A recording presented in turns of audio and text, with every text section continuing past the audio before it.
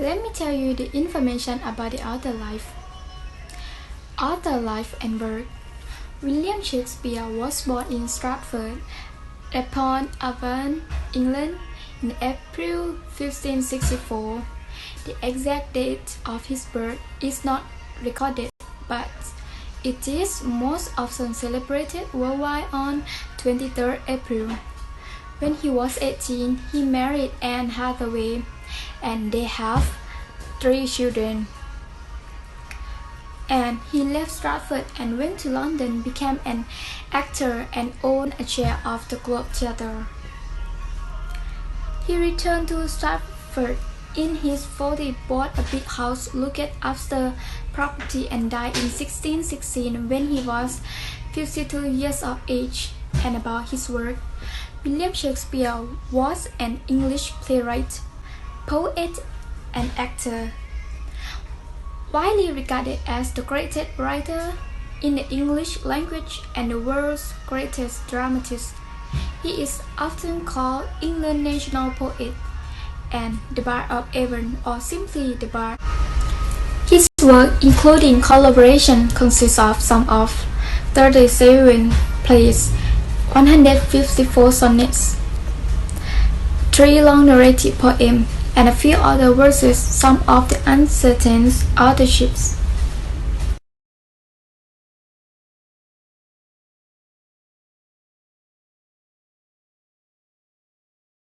Shakespeare's plays. Shakespeare's plays are usually divided into 4 periods. First period from 1590 to 1595 was a period of learning and experimentation. In these years, he wrote different types of plays. One of the famous plays in this period is about the tragedies of Romeo and Juliet.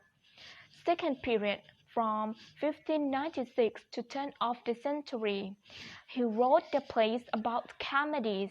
One of his best comedies is The Merchant of Venice.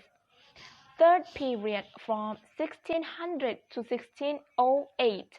He wrote the plays about tragedies. 2 of his best tragedies in this period is Macbeth and Hamlet.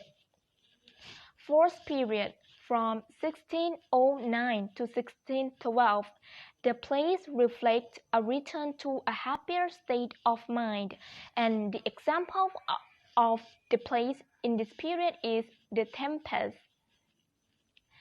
Shakespeare is widely regarded as one of the greatest dramatists in world literature.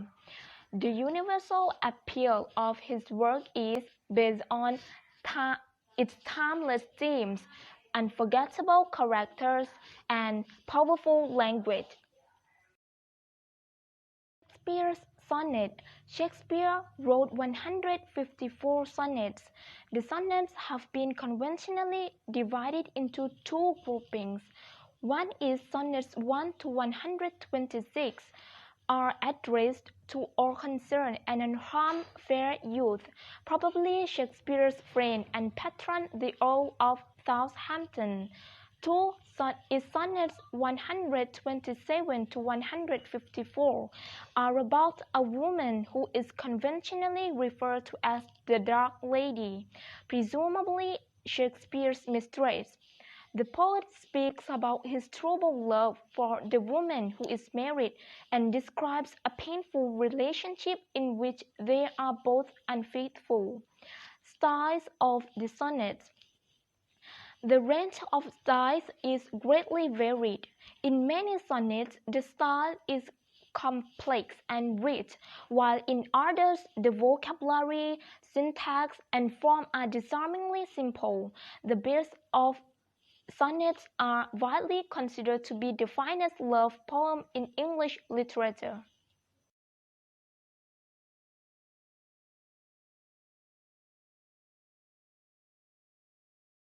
Then the prince banishes Romeo because he killed Tybalt. Both Romeo and Juliet are heartbroken. The Capulet, Juliet's father, decides Juliet should marry Paris. Juliet refuses and goes to Friar Lawrence, where they come up with a plan for Romeo and Juliet to be together. Juliet fakes her death and lies in a tomb waiting for Romeo to come so they can run away together. Romeo doesn't receive the message about the plan, so thinks Juliet has actually died. He goes to Verona and sees Juliet in her tomb dead. Romeo drinks poison so he can be with Juliet in death. She wakes up to discover Romeo is dead. Juliet kills herself with his dagger. The Capulet and Montague families will never to argue again. Summary again, Romeo and Juliet is a tragic love story where two teenagers fall in love and commit suicide due to their families' ongoing feud. Next is interesting character. To start with, Romeo Montague. Romeo Montague is a young, passionate, changeable, and headstrong teenager. Romeo is passionate when he meets Juliet for the first time at the Capulet party. He declares his love for Juliet as she is so beautiful and promises they will get married in the morning. Changeable. Romeo is changeable, as at the start of the play, he declares his love for Rosaline, describing his heart as heavy as lead. However, his emotions and feelings soon change when he meets Juliet. Headstrong. Romeo is headstrong when he avenges Mercutio's death by killing Tybalt. And next is Juliet Capulet. Juliet Capulet is a young and innocent teenage girl, but she is also passionate, headstrong, and decisive. Passionate. Juliet is passionate when she first meets Romeo. She kisses him when they first meet, and later on, in the famous balcony scene, she declares her love for him. And headstrong. Juliet is headstrong. When she refuses to marry Paris, this shocks her father and causes her father to threaten to disown her if she doesn't obey him. And decisive. Juliet is decisive when she fakes her own death so she can be with Romeo. She listens to Friar Lawrence's plan and decides to fulfill it. And the next character is Tybalt Capulet. Tybalt Capulet is Juliet's cousin. He is extremely feisty and enjoys the conflicts between the Montague and his family. He is strong-willed, argumentative, passionate, and loyal. All of these characteristics are demonstrated when he finds out that Romeo has crashed a Capulet party. Knowing that the Montague are not welcome, Tybalt reacts badly, almost causing a fight at the Capulet household. Lord Capulet quickly intervenes and tells Tybalt not to fight Romeo, and Tybalt reluctantly obeys. Tybalt seeks his revenge by fighting with Romeo, but when Romeo refuses to fight, he kills Romeo's best friend, Mercutio, instead. This causes Romeo to avenge his best friend's death. And the next character is Mercutio. Mercutio is Romeo's best friend. Mercutio likes to have a good laugh. He is optimistic, loyal, and a good friend. When Romeo is depressed because of his unrequited love for Rosaline, it is Mercutio that suggests they should all crash the Capulet party. And the last character is Friar Lawrence. Friar Lawrence is a priest in Verona and confident of Romeo. He is kind, optimistic, loving, religious, and believes the best of people. Romeo sees Friar Lawrence as a role model and almost father figure. Whenever Romeo has a problems, he confides in Friar Lawrence and seeks his advice. When Romeo tells Friar Lawrence of his love for Juliet and his wish to marry her, the friar hopes it will be a positive end to the Montague and Capulet conflicts. Throughout the play, he is optimistic and hopes the young lover will in the fray of their father. Themes and important quotations. Themes. In Romeo and Juliet, there are many themes, such as love, conflict, and family. The first is about love. Through Romeo and Juliet, Shakespeare deals with the idea of love, its meaning, its causes, and its impact, both positively and negatively, and its goal. In the play, we see many different types of love and their impact on individuals, families, friendships, and the wider society of Verona. Shakespeare explores love through a variety of ways. To Romeo and Juliet's first meeting, to Romeo's friendship with Mercutio, and to Romeo's and Juliet's date. The second is the conflict when Tybalt kills Mercutio under Romeo's arm. Conflict is a central theme in Shakespeare's Romeo and Juliet. Shakespeare presents the theme of conflict through two warring families, the Montagues and the Capulets. The two families have been taught to hate each other, and this hatred impacts on the family members and the citizens of Verona. The citizens of Verona are unwillingly a part of the conflict as they witness the ongoing battles between the two families, battles which often result in death. Shakespeare also presents the theme of conflict through inner familial conflict and individual conflict. Where conflict is presented, the struggle for power and control is also apparent. Conflict is shown in Romeo and Juliet through 1. First, the two warring families, Montagues and the Capulets. Second, Juliet's inner conflict when she discovers Romeo is a Montague. Third, the conflict between Tybalt and Romeo. Fourth, conflict between Juliet and her father. The third of the themes is families.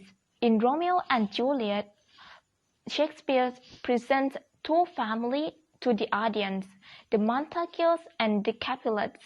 These two families, despite their similarities, despise each other and continually battle. The conflict between the two families is almost presented to be natural until Romeo Montague and Juliet Capulet fall in love to each other. It's here that everything changes. When Romeo and Juliet die, both families apologize for their behavior and will honor each other, thus remembering their children's unjust death. Within the families, there are relationships which contribute to Romeo and Juliet's tragic death. The important quotation. The first is, O Romeo, Romeo, wherefore art thou Romeo? Deny thy father and refuse thy name, or if thou wilt not, be but sworn my love, and I will no longer be a Capulet. Juliet said. This is one of the important quotations in Romeo and Juliet. In one of Shakespeare's best-known lines, Juliet is asking why Romeo has to be Romeo in a monologue, not knowing that Romeo is standing below her balcony and listening to her. She says this line because Romeo is a Montague and she is a Capulet, and their families have a long history of violence against each other. She is questioning why Romeo has to be a Montague. She wants Romeo to give up his family name, and if he doesn't, she swears she will give up being a Capulet. The second important quotation is, with love's light wings did I overput these walls, for stony limits cannot hold love out. Juliet wants to know how Romeo got into the walled garden of the Capulet house. These lines are his responses. For Romeo, true love is a liberating force. Love gives him not just wings, but light wings, and the power to overcome all stony limits. Romeo answers Juliet's serious and practical question with a flight of romantic fantasy. Throughout the play, Juliet is more grounded in the real world than Romeo. For her, the freedom that love brings is the freedom to leave her parents' house and to have sex. Setting: William Shakespeare's second tragedy, Romeo and Juliet, was written between 1591 to 1595 and was first published in an unauthorized and somewhat corrupted version in 1597. Romeo and Juliet is set in Verona and Mantua, Italy, during the period of the Italian Renaissance. Different settings within Verona include the Capulet estate, the street where the citizens of Verona get into fights, and Friar Lawrence's church. After killing Tybalt, Romeo is banished to Mantua, which is another city in Italy. There is not a lot of description given about the time of year, but we might infer that it is summer, as Benvolio says, "For now, these hot days, is the mad blood stirring." Tone: The tone of Romeo and Juliet is sympathetic to the plight of the young lovers. The play's tone also suggests sex is a natural, and the tone of the play suggests Romeo and Juliet's love is serious, and they are both admirable characters. While sex and love are presented as positive, natural forces in Romeo and Juliet, the play's tone is highly critical of the violence that destroys the characters' love. Violence, not sex, leads to the play's tragic end. Dueling is the main form of violence in Romeo and Juliet. Mercutio, Tybalt, and Paris will all die in duels. These duels stem from the feud between the Montagues and Capulets. We see that the price of the violent disagreement between the two families is needless death that causes great pain and suffering in the community. Oh, Romeo, Romeo, wherefore art thou Romeo? Deny thy father and refuse thy name. Whore thou wilt not? Be but sworn my love, and I'll no longer be a Capulet. Shall I hear more? Shall I speak at this? 'Tis but thy name that is my enemy. Thou art thyself, though not a Montague. What's Montague? It is nor hand, nor foot, nor arm, nor face, nor any other part belonging to a man. Oh, be some other name. What's in a name? That which we call a rose by any other word would smell as sweet.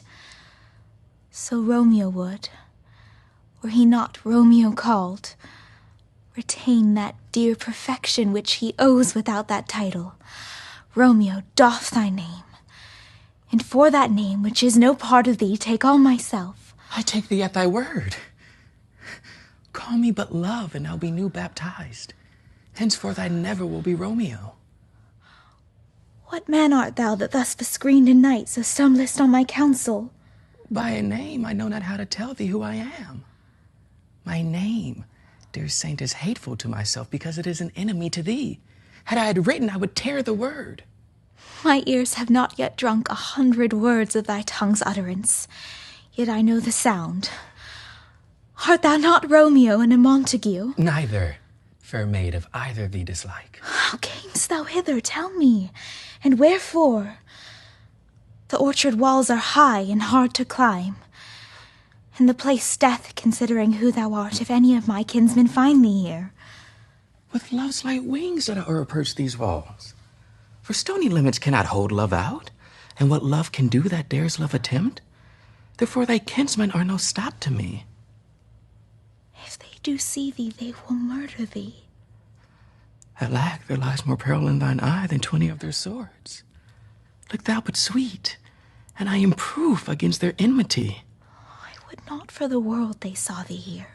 I have night's cloak to hide me from their eyes, and but thou love me, let them find me here. My life were better ended by their hate than death prorogued wanting of thy love. Literary techniques. I will explain to you two literary techniques. The first is apostrophe. Apostrophe is addressing someone who is not there or an object that cannot respond, such as if your friend said, "Doggy, why are you so cute?" The dog cannot respond to your friend. Your friend knows this and just wants to express how cute she thinks the dog is. In the balcony scene, Juliet uses apostrophe when contemplating why Romeo has to be a Montague, crying, "Oh Romeo, Romeo, wherefore art thou, Romeo?"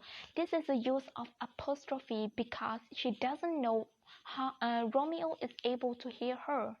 The second is hyperbole, from the line,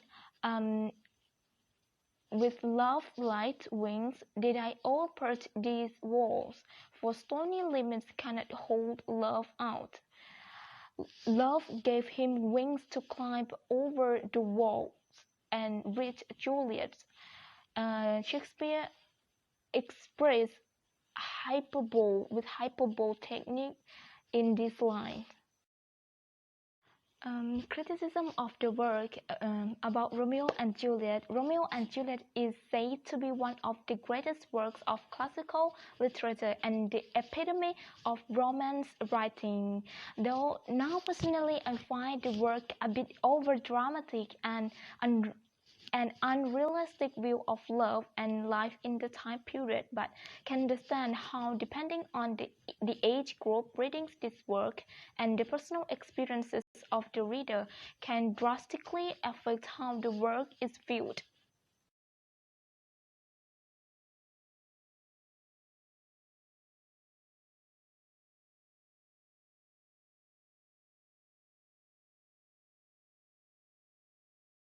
Summary and conflicts.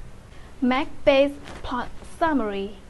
In the beginning, the witches confront Macbeth by reciting the paradox that introduces the play. What's fair is bad, and what's bad is fair. After breaking the news of Macbeth's victory over Norway to a wounded sergeant, Saint de Cardor is sentenced to death, and Macbeth is given the title. Saint Cardor's disloyalty to Duncan makes the witches realize that Macbeth is the saint of Glamis and the saint of Cardor. Then, meeting the witches, he discovers that he cannot lose his throne to anyone born of a woman until Burnhamwood comes to Dunsinane, Macbeth's murdered Macduff family. After discovering that he was encouraging Markham to regain the throne, Macduff seeks revenge. Lady Macbeth commits suicide. Macduff manages to get Burnhamwood to Macbeth's castle. Using branch camouflage in hand-to-hand combat, Macduff tells Macbeth that he was born from Catherine and not a woman, and then he kills him. Markham becomes king. Conflict. The main conflict in Macbeth are between Macbeth and himself, and between Macbeth and his disgruntled nobles. These conflicts are connected to the overriding theme of ambition and its dangers. Interesting characters. Macbeth. Macbeth is a Scottish general and the saint of Glamis, who is laid to wit, thought by the prophecies of three witches. Lady Macbeth. Macbeth's wife, a deeply ambitious woman who lusts for power and position. King Duncan. The good king of Scotland, whom Macbeth in his ambition for the crown and murders. Macduff, a Scottish nobleman, hostile to Macbeth's kingship from the start. Malcolm, the son of Duncan, whose restoration to the throne signals Scotland's return to order following Macbeth's reign of terror. Hecate, the goddess of witchcraft, who helped the three witches work their mischief on Macbeth. And the next, the themes and important connotation. For example, ambition. Ambition is one of the major themes in the play Macbeth. In fact, ambition is also one of the themes of Juliet Caesar. But Macbeth chose essential ambition and its working. Macbeth thought not overambitious. In the beginning, becomes ambitious when he hears professors of wishes that would become the king. This bet works more on his wife, Lady Macbeth, than on him. Macbeth's ambition grows so strong that he let his visions sight of killing free to kill not only the king, but whoever come his way. His end show that essential ambition sometimes take humanity out of a person. And the second, supernatural equivocation. The working of supernatural being is another overarching theme of Macbeth. Three wishes play an important role to awaken the ambition of Macbeth to become the king. The witches once predicted that Macbeth will be the king. So keep an eye on the event. They wave a spell through different ingredients and lead to Macbeth's downfall. Since everything have ensured from the incantation of wishes, it could be started that supernatural equivocation is one of the major themes in this play. And the next, theme of betrayal and treachery. As soon as Macbeth hears prophecy of his becoming the king from the witches, he starts thinking about ways to get to the position. This integrates in treacherous thought in him. He planned to kill the king at the insisting of his wife and Lady Macbeth, who joins him without feeling any qualm from the king or another. The betrayal in Macbeth lies in treachery of Macbeth. Duncan is not only his king. This betrayal is another significant theme of the play. And the next, the setting of Macbeth. Macbeth is set during the 11th century in Scotland, in the northernmost region of what is now the United Kingdom. At the time the play is set, Scotland was a separate century, although its proximity to England led to many strangers over who would rule the area. So, due to its far northern location, Scotland is often dark and dreary and damp, the perfect setting for a play about even deep, done under the cover of darkness.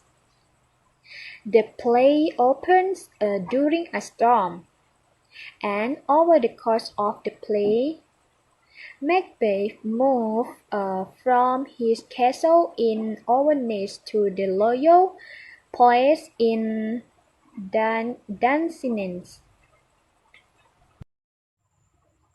And the next, The tone of Macbeth. The tone of Macbeth play is fatalistic, creating a sense that the natural world has been thrown out of order by Macbeth's unnatural ascension to the throne. Violence or the possibility of violence exists throughout, and there are very few lights.